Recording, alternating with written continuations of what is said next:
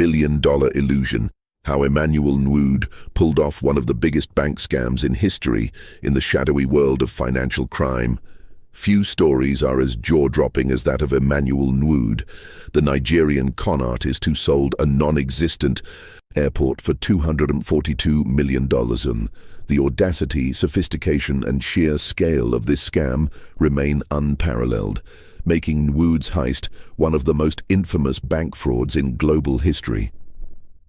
From banker to billion-dollar fraudster in the 1990s, Nigeria's economy was rife with corruption, and the banking sector was no exception. Emmanuel Nwude, already a respected director at Union Bank of Nigeria, had deep knowledge of the financial system and connections within powerful circles. Rather than using his influence for legitimate enterprise, Nwude decided to play the role of international conman. His target was Nelson Sakaguchi, a highly placed director at Brazil's Banco Noroeste. Sakaguchi was responsible for major investments and had access to large sums of money.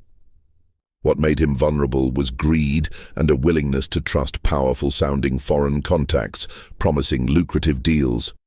Selling the Nigerian Mirage, a fake airport in Abuja. Nwude's plan was elaborate and bold. Posing as Paul Ogwuma, the then governor of the Central Bank of Nigeria, he and his team, Amaka Anajemba, Emmanuel Ofolue, Nzeribe Okoli, and Obum Osakwe, crafted an entirely fictional investment opportunity, a proposed international airport in Abuja.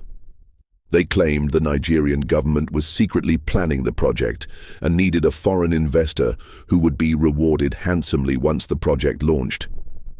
To make the deal look authentic, they created forged documents, phony bank accounts, government seals, and even impersonated top Nigerian officials in meetings and phone calls. Sakaguchi, eager to cash in on the exclusive deal, began wiring funds.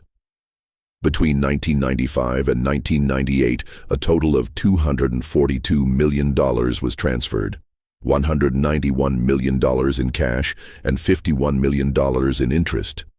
The scam remained undetected for years, with Sakaguchi keeping it secret from even his superiors.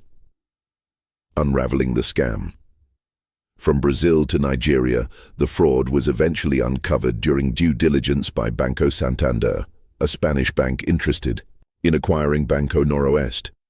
Their auditors found huge sums of money missing and traced them to unusual offshore accounts linked to Nigeria. A global investigation followed. In the aftermath, Banco Noroeste collapsed. The loss was so severe that the Simonson and Cochrane families, owners of the Brazilian bank, had to sell off other assets to cover the gap. Sakaguchi was arrested in Brazil and later turned witness against Nwude. In Nigeria, the scandal created immense pressure on President Olusegun Obasanjo's administration to act.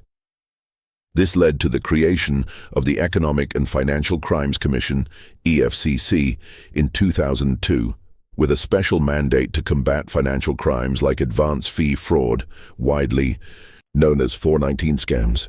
The legal showdown, courts, bribery, and bomb scares. In 2004, Nwude and his accomplices were arrested. What followed was one of Nigeria's most complex legal sagas. There were attempts to bribe EFCC officials, including a $75,000 bribe to then-chairman Nuhu Ribadu, which was rejected and exposed. Court proceedings were delayed by bomb threats, witness intimidation, and jurisdictional challenges. Eventually, Amaka Anajemba pleaded guilty and was sentenced to 2.5 years in prison and fined $25.5 million. In 2005, Nwude also pleaded guilty, reportedly in exchange for a reduced sentence and the ability to keep some assets. He was sentenced to 25 years in prison and fined $10 million, with many of his properties, luxury homes, exotic cars, and foreign accounts, confiscated by the Nigerian government. The EFCC declared it one of their greatest early successes. The comeback, Nwude's life after prison. Surprisingly, Nwude was released in 2006, having served just a fraction of his sentence. Since then, he has remained in the public eye, often controversially. In 2015, he recovered over $52 million in court, arguing that some assets seized were legally acquired before the scam. The ruling raised eyebrows across Nigeria and revived debates about the effectiveness of anti-corruption enforcement in the country. More scandals, murder charges, and terrorism allegations. In 2016, Nwude's name returned to the headlines, but this time in connection with a violent land dispute between the Abagana and Ukpo communities in Anambra State. The conflict left several people dead, and Nwude, now known as the Owel of Abagana, was accused of orchestrating violence, terrorism, and murder. He was arrested and charged, but later released on bail. In 2021, he again denied having ever committed the original $242 million fraud, claiming he had been wrongly accused and that the real criminals had escaped justice. He was also accused of forging documents related to property ownership.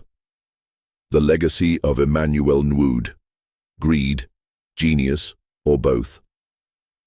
Emmanuel Nwude's story is a chilling reminder of how ambition and greed, when combined with insider knowledge, can create massive deception.